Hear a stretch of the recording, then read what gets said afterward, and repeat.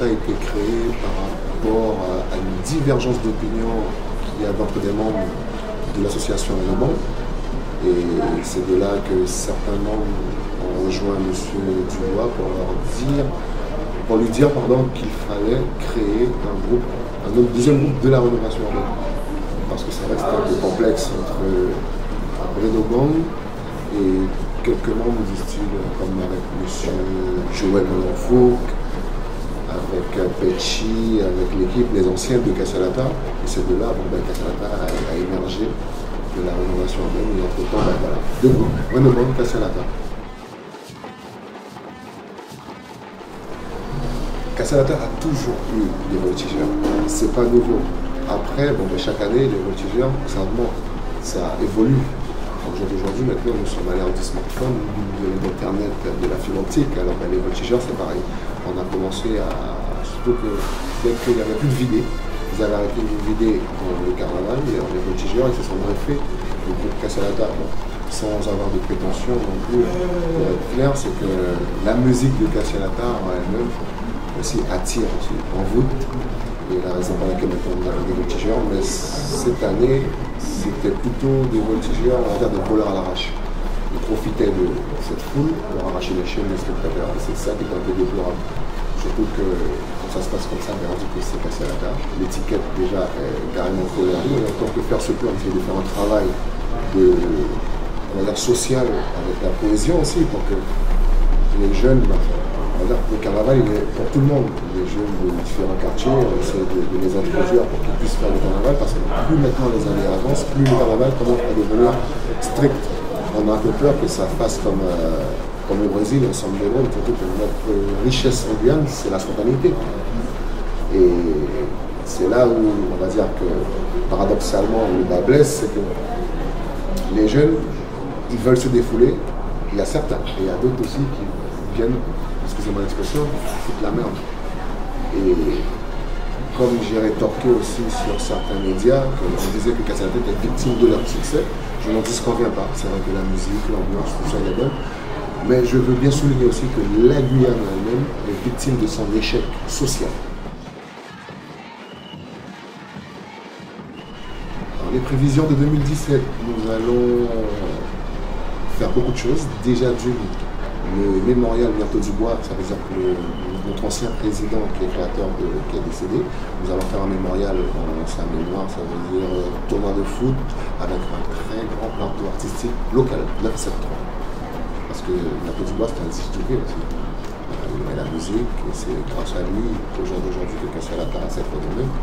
Et on va essayer de l'honorer à sa juste valeur.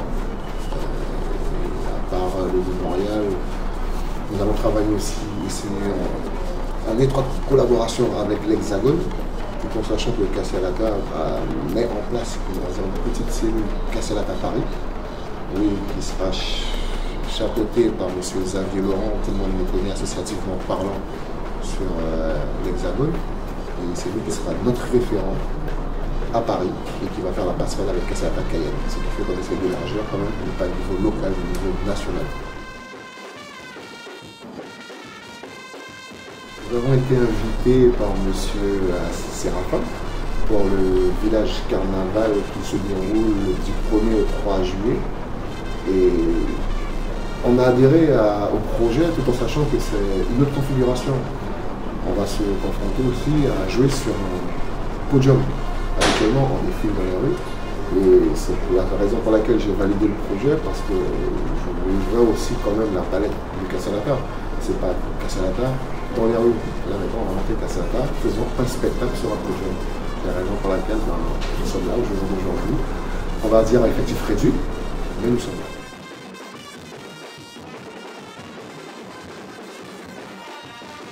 Là, cette configuration-là, on va dire que c'est un village en spectacle avec une scène internationale.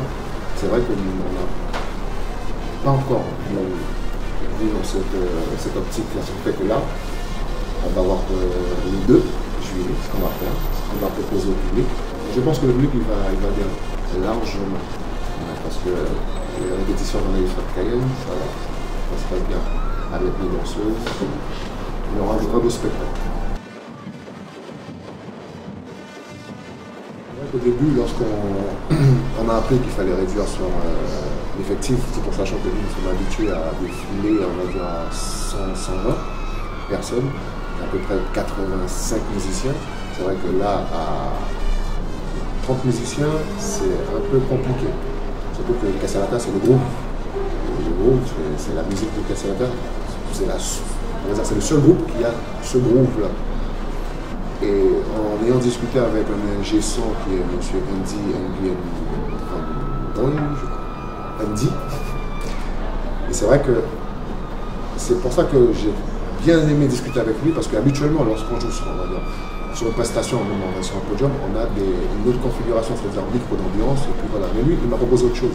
C'est avec chaque instrument un micro.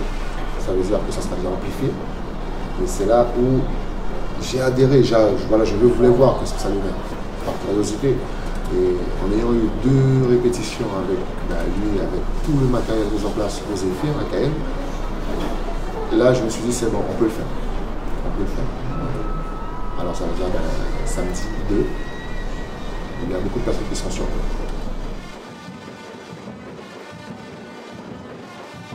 Bien sûr, fier d'un Guyanais et surtout interviewé par des Guyanais.